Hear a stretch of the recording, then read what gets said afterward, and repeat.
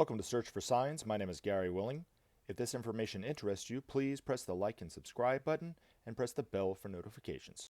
Hope you're doing well today. It is April the 26th, and I have recently been offering my services as an answerer of questions in pertaining to Maitreya and the Masters of Wisdom in particular, but also in terms of miracle signs and so forth. So the best way to ask me a question, I think, the simplest way, is to post your question as a comment on one of my videos, and I will try to answer it as best I can.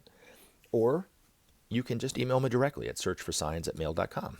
And over the past few weeks, people have asked me questions, and it's been fun to try to answer it. And hopefully over the next few weeks and months and so forth, I'll be able to answer more and more of your questions and so forth. Now, the other thing, too, is I had posted a video link to a YouTube video in my last video, the last video I recorded, excuse me. I know there's a lot of videos in that sentence. But, and I'll put the link up again if you're interested in this, but it's, somebody had recorded just hundreds and hundreds of mysterious lights flying in the sky. And, I don't know if it's authentic or not, but it sure does look authentic. But if it, even if it isn't, if you haven't really noticed how clean the air has been, a lot of it's been because people have been sitting at home, right? But according to the Masters of Wisdom, UFOs, one of their major purposes is to help clean up our atmosphere within karmic limits. And it would stand to reason that because the majority of humanity has not been, commuting back and forth to work, flying in airplanes and so forth, production is down of, stuff that we probably didn't need anyway, that they wouldn't be kicking it into high gear to try to help, clean up the atmosphere even more than,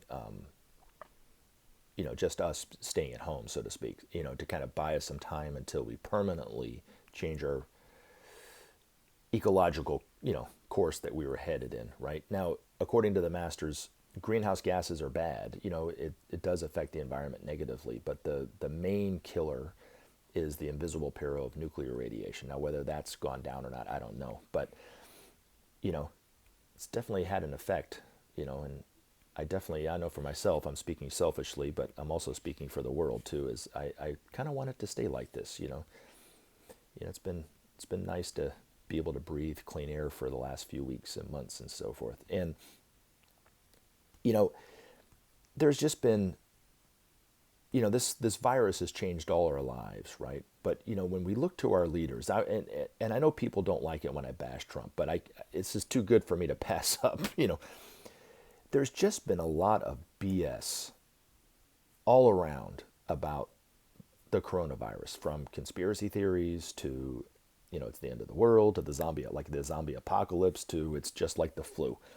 And we all have to kind of muddle through the fog of lies, really. And, I know, like I said, I know people don't like it when I bash Trump, but, when the President of the United States comes out and says, even if he's saying it in a joking way, so let's just keep an open mind, let's say he was just kidding the whole time, even though he didn't put an LOL at the end of what he was saying. I heard that UV rays, kill the virus. So let's see about a way of, maybe there's a way that we can, shoot UV rays into people to kill the virus, or, disinfectants like bleach, also kill the virus, of course, right? So maybe we can spray it into people's lungs, or they can, shoot it into their veins some kind of way to kill the virus, I don't know, how do I say this? I don't know which is worse. The leader of the free world saying something like that for everyone to hear, because there's a lot of people that believe everything he says. So, there's actually been people that have called poison control to see, is this true? Can I really do this? For the leader of the free world to say something like that, or for him to say something like this, I've heard ever since I was a kid that laughter is the best medicine. So, maybe try this. Maybe if you get the virus, rather than going to the hospital and seeking medical attention, maybe just turn on your favorite comedy and start laughing and see if that doesn't help. They don't have the answers. to what's going on. Economically, they don't have the answers to how to tackle this virus and so forth. But and this goes along the lines of the Benjamin Creme's Masters article that I'm going to read. But the real heavy hitters, the Abraham Lincolns of the present, will be coming out on the world stage here very soon. The Abraham Lincolns, the FDRs, the JFKs, the Churchill will fight them on the beaches. That the real leaders, the real political leaders that are spiritual in nature, but spiritual leaders, but also in the political arena. You know what I mean?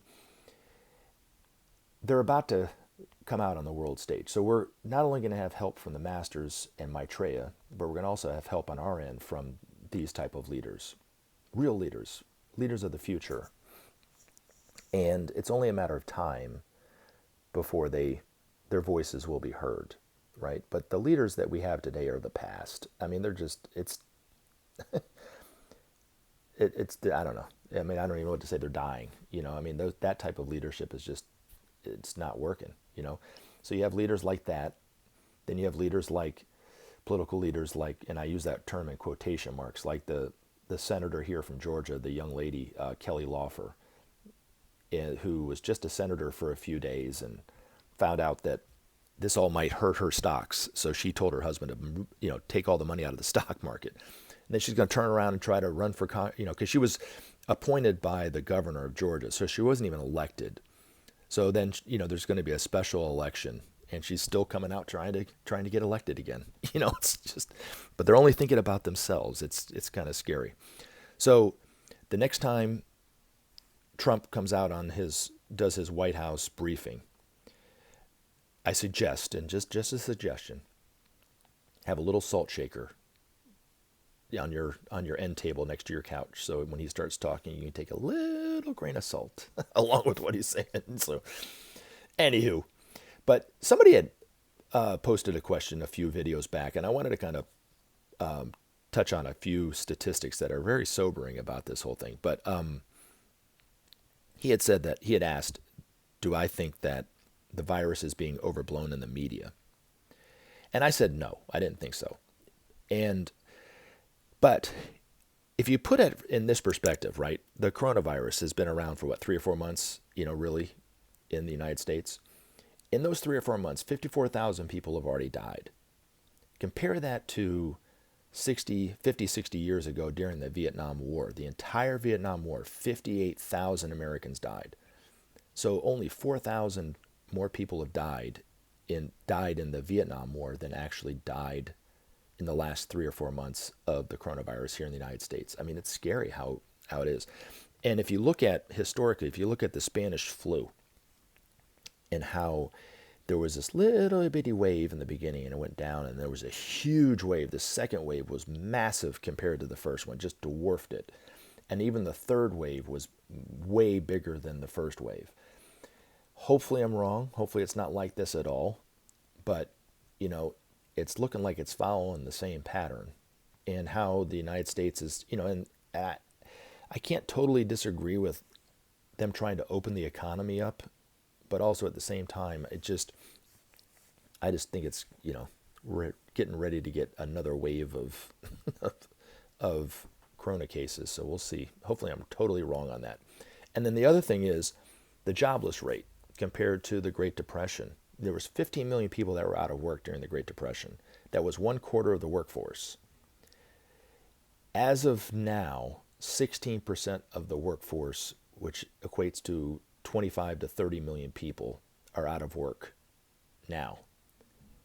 I mean, it's amazing, what's going on this year. Now, it kind of ties into an article that Benjamin Creme's master wrote.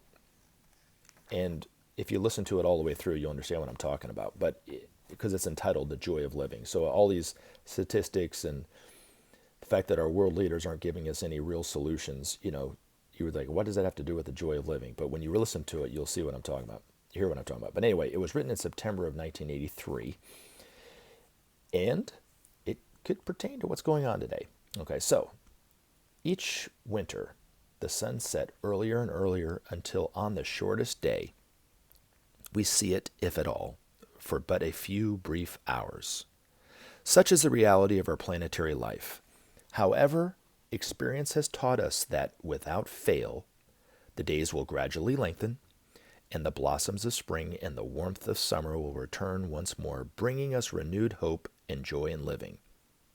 When one considers this, when one sees how inevitable is change, one sees also how unnecessary is despair. Despair strikes at the heart of truth, for the truth is that nothing remains the same forever, not even the darkest seeming fate. Since this is so, what is to be gained by fruitless despair? Better it is by far, when the blows of karma seem difficult to bear, to await calmly the appointed hour of change in the sure knowledge that it will come. True joy in living can be ours only when we learn to accept with equanimity the blows and the gifts of life. Such a one is a disciple. Such a one knows that not in the universe stands still. All is in movement, constantly changing and assuming new forms. Consider then how vain it is to expect the present to persist. This insight engenders freedom. From that freedom spontaneously arises joy. Joy must be understood to be the natural state underlying happiness and sorrow alike. When uncovered, it radiates its light, the light of the soul, on all around, and makes manifest the love which is the nature of God. Love and joy coexist in the heart which is pure, unclouded by fear, hate, or the anguish of despair. Remove fear from your heart and know joy. Release yourselves from hate and know the meaning of love. Cast from your dark despair and stand in your true light. Thus can you enter the kingdom of souls and become a savior of the world. Many approach the future with fear, knowing little of the glory which awaits them. For them naught beckons but bleak destruction. Show them that the future for man will be wonderful to behold, holding as it does the promise of revealed divinity. Trust is not easily engendered, but the light of joy will prove the best ambassador. Teach the young to express the joy which is their birthright, and place not upon tender hearts the weight of guilt and fear. Thus will be born a generation of joyous servers of the race. Take us, your elder brothers, as your example. The radiance of our joy is our hallmark. Emulate us and spread abroad joy's light. Conquer fear and uphold the hope of others. Fear and joy are equally infectious. Demonstrate love and joy and close firmly forever the door upon despair. Do this, and you will aid mankind more than you could know. Remember to take action and help SOP save our planet. Thanks for listening, and we look forward to talking to you again in future videos.